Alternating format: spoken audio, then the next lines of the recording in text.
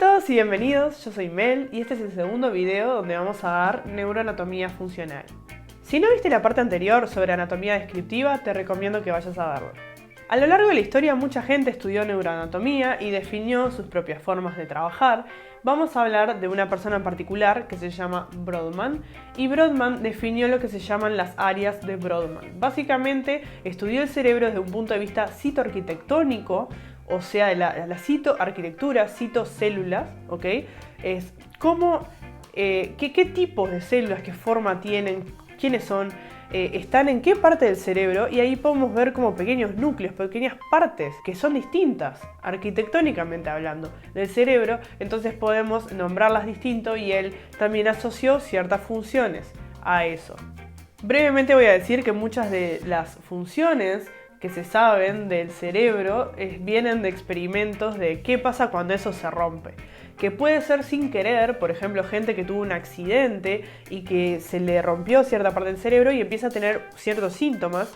Y cuando se ve que mucha gente le empieza a pasar lo mismo, empiezan a decir, bueno, se ve que esta área se asocia con la memoria o se asocia con tal cosa, porque es la función que se pierde cuando esta parte se rompe. Si yo rompo la de al lado, no pasa. Y si esa parte no está rota, no pasa.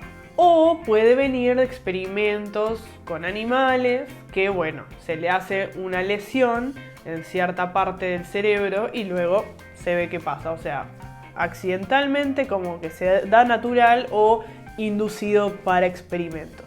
No maten a la mensajera. La cuestión es que con 1.000.000 de experimentos totalmente distintos hemos aprendido un montón del cerebro. Tiene muchísimas áreas y no son exactamente como Brodmann las vio. Últimamente se han visto más y más y más cosas que difieren un poco, pero igual Brodmann, comparado con sus predecesores, como que hizo un estudio bastante profundo. Y hay áreas que se siguen usando, entonces por eso se los nombro, porque si ustedes están leyendo y ven área de Brodmann número tanto, si ustedes googlean eso van a saber exactamente de qué pedacito del cerebro a qué pedacito de cerebro se está refiriendo ese texto. Y otra cosa que les quería comentar es que el cerebro funciona muy interconectado. No es que estos pedacitos son tal área y ya está, y esto funciona para esto funciona para lo otro. Hay muchísimas funciones que dependen de redes neuronales, de conexiones entre muchas áreas y conexiones dinámicas. Esas cosas también como que van, hay veces que se prenden, otras que no, combinaciones de cosas que se prenden a la vez. Eso para que lo tengan en cuenta. Y también la mayoría de la corteza cerebral es lo que se llama asociativa, que básicamente asocia distintas cosas y genera algo. Y muy poco de eso es no asociativa, que son por ejemplo las áreas donde se recibe el input de información o se manda el output, ¿no? Por ejemplo, área sensitiva primaria, se recibe la información sensorial, punto. Por ejemplo, el tacto, ciertos tipos, ¿no? Área visual primaria, se recibe la visión. Área motora primaria, se larga el comando de movimiento de ciertos músculos. Y ya que esto es una clase de neurociencias, alguien lo tiene que decir, lo del 10% del cerebro es un mito. No usamos solo el 10% del cerebro todo el tiempo y todo lo demás, tipo, no se sabe para qué es. Imagínate si lo pudiéramos activar todo a la vez.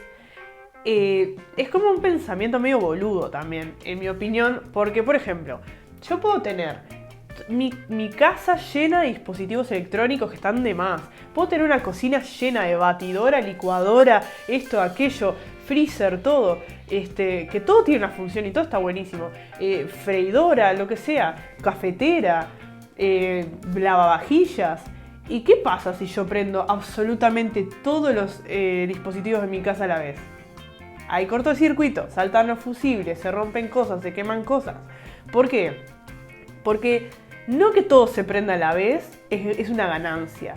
No es lineal, no es cuanto más uso y prendo es mejor. Porque aparte tampoco te dan las manos para ir y hacer todo lo que... O sea, ¿qué vas a hacer? ¿Café a la vez? ¿Batir? ¿Lavar los platos? No tiene sentido. O sea, hay ciertas partes que están ahí, que tienen una función y que capaz que se prenden en algún momento del día. Por ejemplo, capaz que vos en la cafetera la usás todas las mañanas.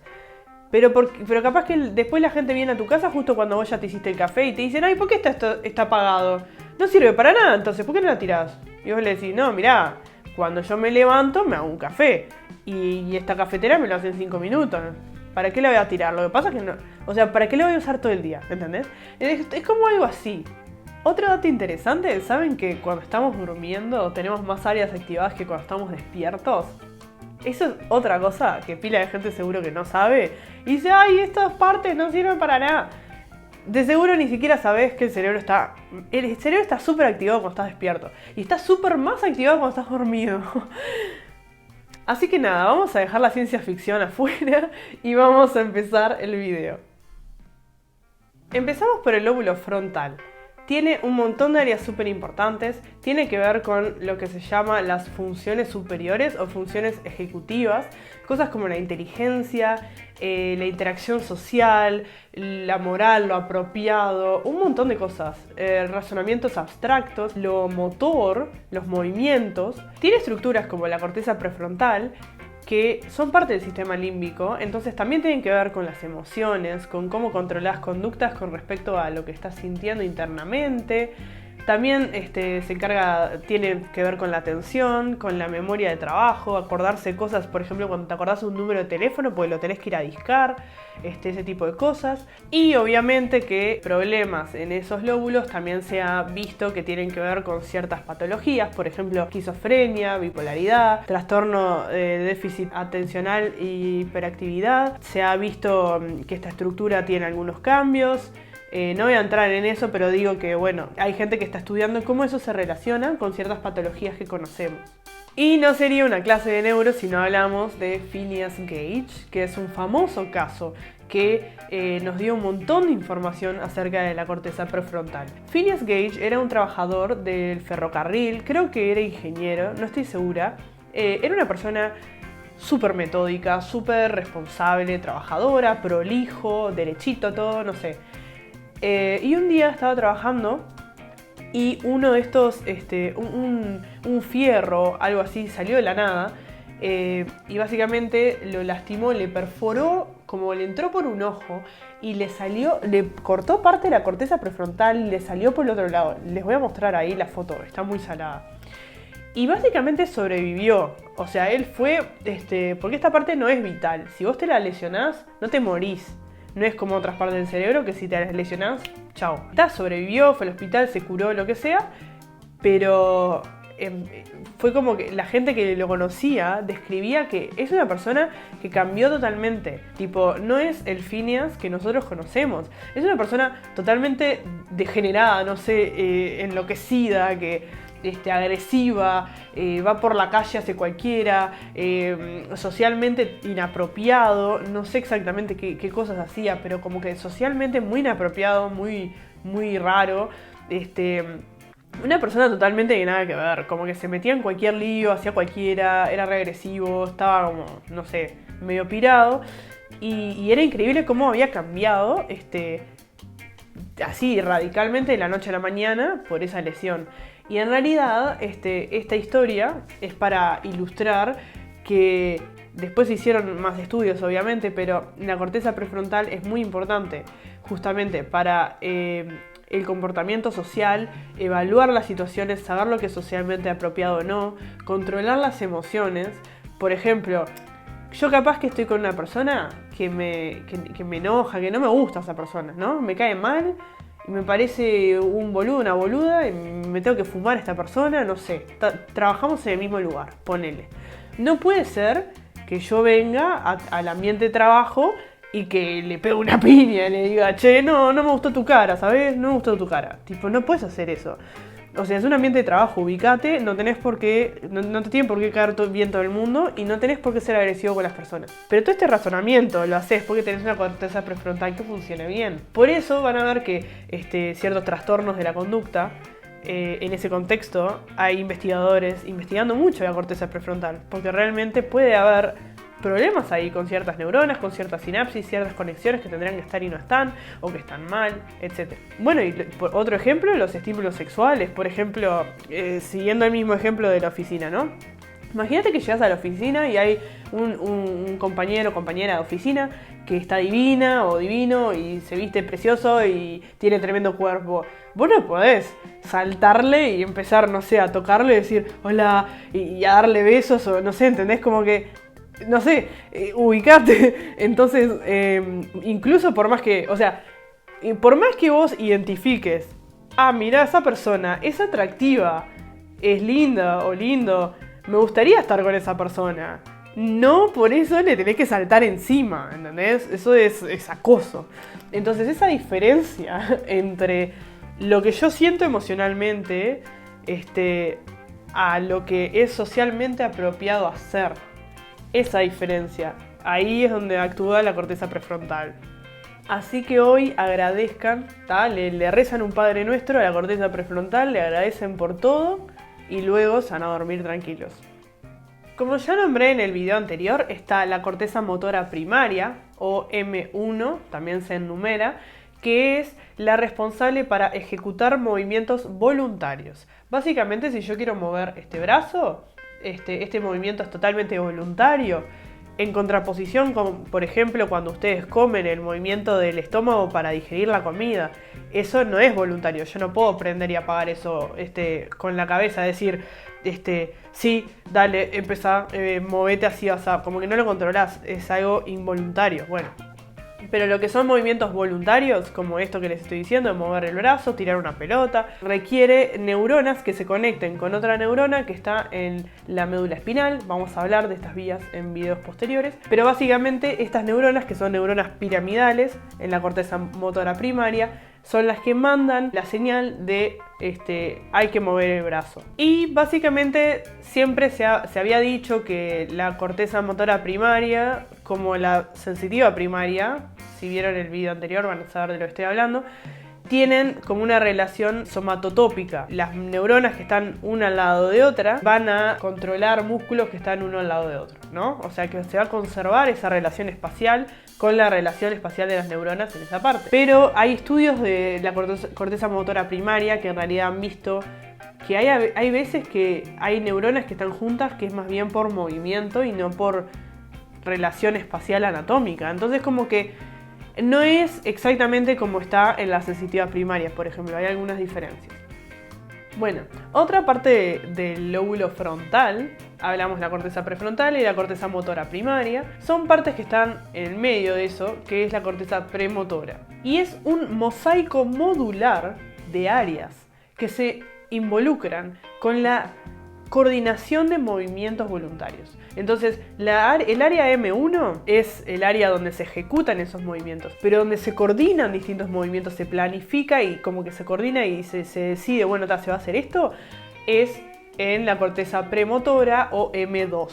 Luego hay otra región que se llama Frontal Eye Fields o campos visuales frontales. No estoy segura del nombre en español, por algún motivo siempre lo veía en inglés. Que básicamente ayuda a dirigir nuestra atención a cosas que queremos ver voluntariamente. Por ejemplo, yo ahora estoy voluntariamente mirando al celular que me está grabando porque sé que tengo que mirar ahí porque es la cámara, entonces voluntariamente miro. O sea, no es que la cámara se está moviendo tipo, prestame atención. No, la cámara está ahí y yo puedo mirar donde quiera. Yo elijo mirar a la cámara y eso entonces es una decisión voluntaria de dirigir la atención y la vista hacia algo.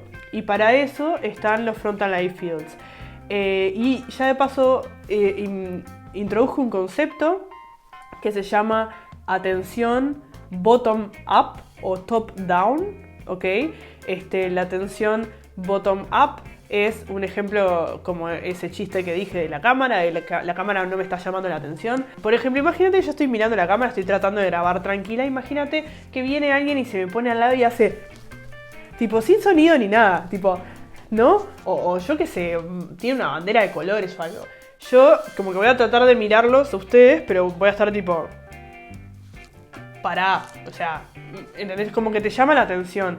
Entonces eso es algo como externo que te llama la atención y te hace que vos lo vayas a ver. Y eso es un ejemplo de atención bottom up, o sea, viene como de abajo hacia arriba. Y luego está la atención top down, que ese control entonces viene es lo opuesto. Viene desde adentro, desde nuestra conciencia, desde nuestro cerebro y nuestros sistemas más superiores, digamos. Yo quiero mirar al celular. Entonces, en vez de que el estímulo me llame a donde tenga que ir, yo decido cuál es el estímulo y le presto atención. Y eso es top-down y es lo que estoy haciendo yo. Entonces, por ejemplo, los frontal line fields son un ejemplo de eso. O sea, es bueno para introducir este concepto. Y una estructura del cerebro que en realidad no está está en el tronco encefálico y la vamos a ver después, que se encarga de eso que les dije bottom up, o sea, en el caso de cuando algo te llama la atención, son los colículos superiores. Dejo una foto acá, pero no importa, vamos a hablar de eso más adelante. Bueno, y en estas áreas premotoras hay otras cosas súper interesantes, como por ejemplo las neuronas en espejo. Tal vez la han escuchado en el contexto de la empatía, porque las neuronas en espejo se encienden, por ejemplo, cierta neurona se enciende cuando vos haces un movimiento. Imagínate, levantás la mano y ahora que levanté la mano, en su cerebro, que ustedes no están levantando la mano, se prende esa neurona, ¿entendés? La que se encarga de eso. Entonces, al ser estructuras que se encargan tanto de cuando nosotros hacemos ciertos movimientos y cuando el otro hace ciertos movimientos, hay científicos que están estudiando esto en el contexto de la empatía, de el ponerme en la posición del otro, porque ya les digo, hay ciertas neuronas que cuando vos haces una acción se te prenden, pero cuando otro hace la acción también se prenden. Entonces tal vez esa es la base de conectar. Ah, mirá, fulano hace esto y yo también entiendo por dónde va. Sé lo que se siente. Así como pasa con movimientos, ¿no? Con levanto la mano, puede pasar también con razonamientos, con emociones, no sabemos. Hay un montón de cosas para explorar. Entonces, esto es algo interesante que se está estudiando. Se cree que vamos a poder tener pistas desde ahí de cómo es que se da la cognición social. Y otra región súper importante en el lóbulo frontal y en la parte premotora es el área de Broca, que en realidad son dos áreas, área de Brodmann 44 y 45, y que se encargan de la articulación motora del lenguaje. Y cuando se lesiona tenemos una patología que se llama afasia de Broca, donde no se puede hablar bien, porque no se puede articular bien lo motor del lenguaje. Las personas del área clínica, como los neurólogos por ejemplo, usan esto para identificar esta afasia de Broca y distinguirla de otro tipo de lesiones en el cerebro, saber exactamente en dónde está la lesión. Esto puede ayudar, por ejemplo, para identificar infartos cerebrales y un montón de cosas. Ahora pasamos al lóbulo parietal, y en realidad hablé mucho de este lóbulo ya en el otro video, cuando hablé del área S1, somatosensitiva primaria o sensorial primaria, así que no voy a entrar demasiado en detalles.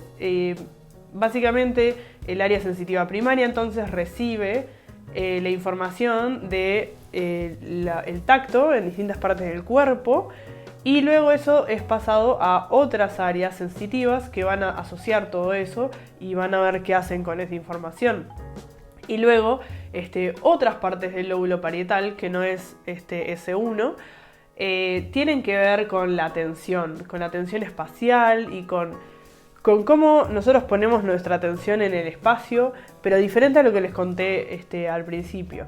Cuando esta área falla, perdemos la capacidad como de orientar nuestra atención hacia algo que está en el ambiente o en nuestro cuerpo que queremos enfocarnos, ¿no? Y hay una enfermedad que se llama síndrome de heminegligencia, donde hay un defecto en estas áreas y básicamente la persona como que deja de prestar atención a la mitad de su cuerpo. Es una cosa muy rara. Pueden googlear heminegligencia. Y básicamente hay gente que hasta se viste hasta la mitad y se maquilla hasta la mitad y como que no entiende qué está pasando de este lado. O por ejemplo le vas a hacer dibujar, no sé, un reloj o una casa o lo que sea y lo dibujan totalmente distorsionado. Entonces nada, tienen que ver con ese tipo de cosas. Vieron que, por ejemplo, ahora yo les estoy hablando de esta parte, tiene que ver con la atención, pero cuando hablé del lóbulo frontal también mencioné algo de atención. Entonces, como verán, hay partes del cuerpo, del cerebro, que tienen funciones repetidas, o que, bueno, es la misma función, pero un poco distinta perspectiva, o distinto ángulo, o es complementario, o trabajan juntas. para que ustedes vean la cantidad de funciones y la cantidad de cosas y que no es tan cuadrado. O sea, ahora lo estoy haciendo medio cuadrado para que podamos estudiar, ¿no? Y podamos ir al examen y podamos ir a la prueba y podamos avanzar en nuestro conocimiento, pero en realidad las cosas no son tan cuadradas y tan como limpias. Entonces, no se desesperen si no entienden. Yo me acuerdo cuando yo empecé, era como todo muy confuso eso. Era como, pero no entiendo, ¿es esta parte o es esta otra? ¿O es esto o es aquello? Después te terminás acostumbrando. Pero entonces como que hay que cambiar un poco la cabeza y tratar de encontrar un equilibrio entre, bueno, poner las cosas en cajitas para la prueba, pero entender la complejidad de lo real, ¿no? Otro defecto que pueden tener si tienen una lesión en el lóbulo parietal, por ejemplo en el área somatosensitiva primaria, que me faltó decir, si tienen un problema ahí, por ejemplo un infarto cerebral que les hace que esa área empiece a funcionar mal, ¿no? Van a sentir anestesia. O sea, en la parte donde esa lesión se ocurrió, van a dejar de sentir tacto, tipo sensación táctil. Ahora vamos al lóbulo temporal.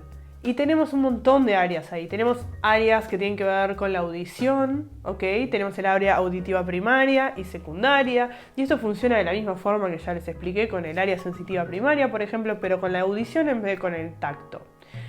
Y también tenemos un montón de otras áreas. Por ejemplo, se hacen funciones de reconocimiento facial de las personas, de acordarse de ciertas palabras. Y bueno, y hay partes que tienen que ver, por ejemplo, está el hipocampo, que es una estructura que tiene que ver con la memoria y el aprendizaje, consolidar memorias a largo plazo, y esta es la estructura que se rompe en el Alzheimer y por eso no podemos generar nuevas memorias. Lo que yo hice esta mañana no lo puedo guardar, no lo puedo consolidar, lo pierdo y eso pasa en el Alzheimer y esta estructura está rota. Luego esa estructura también tiene una parte que se encarga, que es el giro dentado, que se encarga de la orientación espacial, es como el GPS del cerebro. Tiene unas neuronas que se llaman neuronas en grilla, grid neurons en inglés, que básicamente por esto ganó el premio Nobel, creo que en 2014, no me acuerdo, esta pareja de suecos y del GPS del cerebro, no sé qué. Bueno, ellos hicieron unas investigaciones muy profundas en todo esto. Tienen ciertos tipos de neuronas que básicamente se organizan como un GPS. No voy a entrar más en detalles. En la punta del hipocampo también tenemos la amígdala, que es una estructura que tiene que ver con el control de las emociones, la agresividad, la emoción del miedo, por ejemplo, la reacción instintiva del miedo. Y bueno, obviamente cuando esta estructura está mal, también tenemos un montón de cosas raras que pueden pasar. Por ejemplo, bueno, agresividad y cosas así, entonces ciertos desórdenes de la conducta que tienen que ver con agresividad, se está estudiando la amígdala en ese contexto.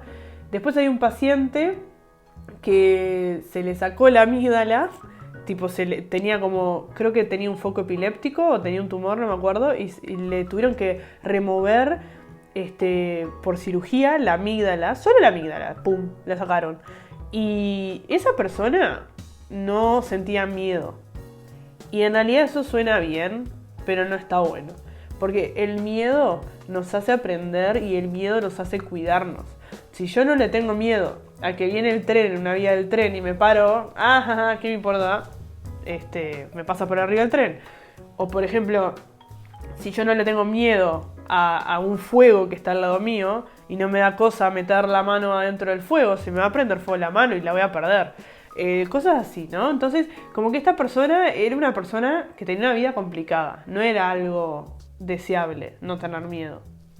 Cuando hay lesiones en esas áreas, por ejemplo, en otras áreas que tienen que ver con reconocimiento de objetos, por ejemplo, ese tipo de cosas que nombré más al principio, esas enfermedades se llaman agnosias. Y cuando no se reconocen rostros, se llama prosopagnosia.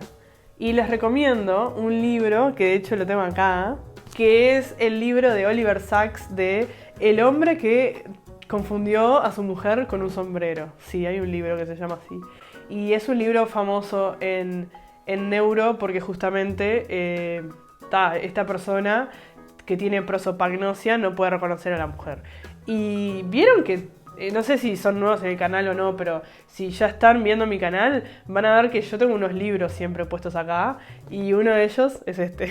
Ahora ustedes van a ver esos videos y van a decir, ustedes no entienden nada. Y yo sé lo que está pasando acá. Y sé lo que es prosopagnosia y todas esas cosas de pila de neuro. Y van a decir, denme mi título, ya está. Ya me recibí de neurocientífica o neurocientífico, soy Gardel. Me faltó decir otra cosa, hay un área muy importante también en el lóbulo temporal que se llama área de Wernicke, capaz que la han escuchado hablar, que tiene que ver con la comprensión del lenguaje, no la articulación motora para hablar, sino que la comprensión, la sintaxis lógica de las frases, todas esas cosas. Y cuando tenemos un problema ahí, se llama afasia de Wernicke y de nuevo hay cierta forma de hablar que tiene la persona que al clínico que lo está mirando le puede dar mucha información de qué es lo que está pasando con esa persona y por ende, de nuevo, identificar ciertas lesiones, infartos cerebrales, cosas así. Y el área de Wernicke se comunica con el área de Broca por medio de un manojo de axones que se llama fascículo arcuato. Arcuato significa arqueado, tiene como una forma media arqueada. Y básicamente, si ustedes tienen una lesión, ahí en ese fascículo arcuato tienen lo que se llama afasia de conducción. ¿Tá? De nuevo, cierto tipo de problema porque justamente estas dos áreas se tienen que coordinar bien lo que yo quiero decir y cómo lo digo y cómo articulo lo motor, y si esas cosas no se comunican y hay feedback y se coordinan, van a haber problemas. Ahora vamos a hablar del lóbulo occipital. El lóbulo occipital, la función más así reconocida es la visión.